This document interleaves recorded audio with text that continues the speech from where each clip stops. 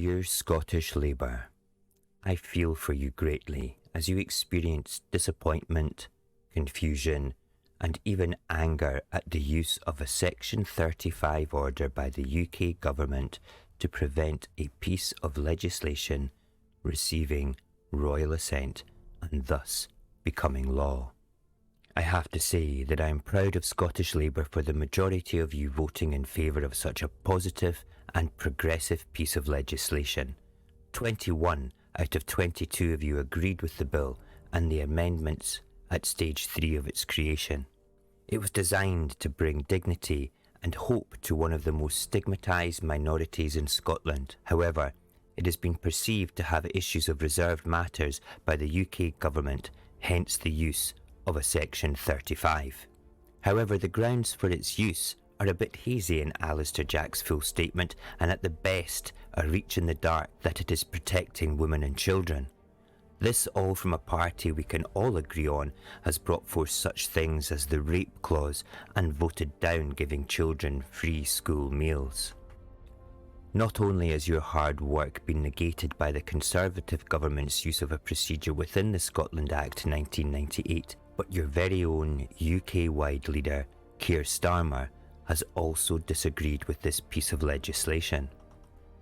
He marginalises you as members of his party and seriously ignores the democratic process upon which you were elected to represent.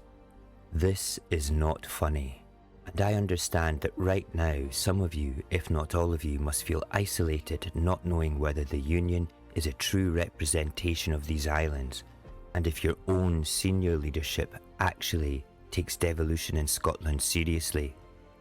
It would be understandable if you were beginning to see through the veil of union obfuscation and starting to sympathise with independent thinking.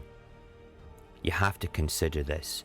If you, as MSPs, were not held back by your own senior leadership's lack of vision for Scotland, and Westminster did not keep us on an extendable leash, what could we achieve in our country with full autonomy?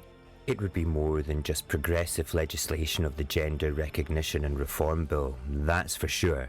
You could be pivotal players in the massive constitutional shake-up that we all need right now, rather than a seat warmer in the Holyrood Parliament. You are well aware that Westminster on both sides of the House will never make true and honest decisions that best suit the need of the Scottish people that you represent. So why not do something about this? Being part of a political entity that has to toe the party line will never allow your political ideology to do the things that better Scotland. You will forever be sitting on your hands.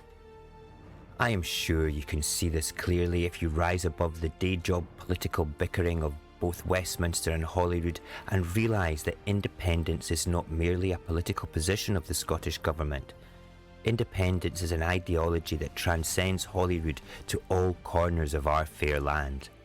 In an independent Scotland, there is room for political parties to make their mark on a country thirsty for positive change, and the only way to truly be able to do this with legislation such as the GRR is to be completely in control of our own destiny. Let's not make this about the political differences of the SNP, the Greens, Labour or the Tories. Let's make it about what is better for Scotland and leave your stuck-in-the-past Union Party and become an independent MSP or band together with other like-minded independence-leaning Labour politicians and create a new Labour Party for independence and make a true difference to your country. Thank you for listening. Goodbye and good luck.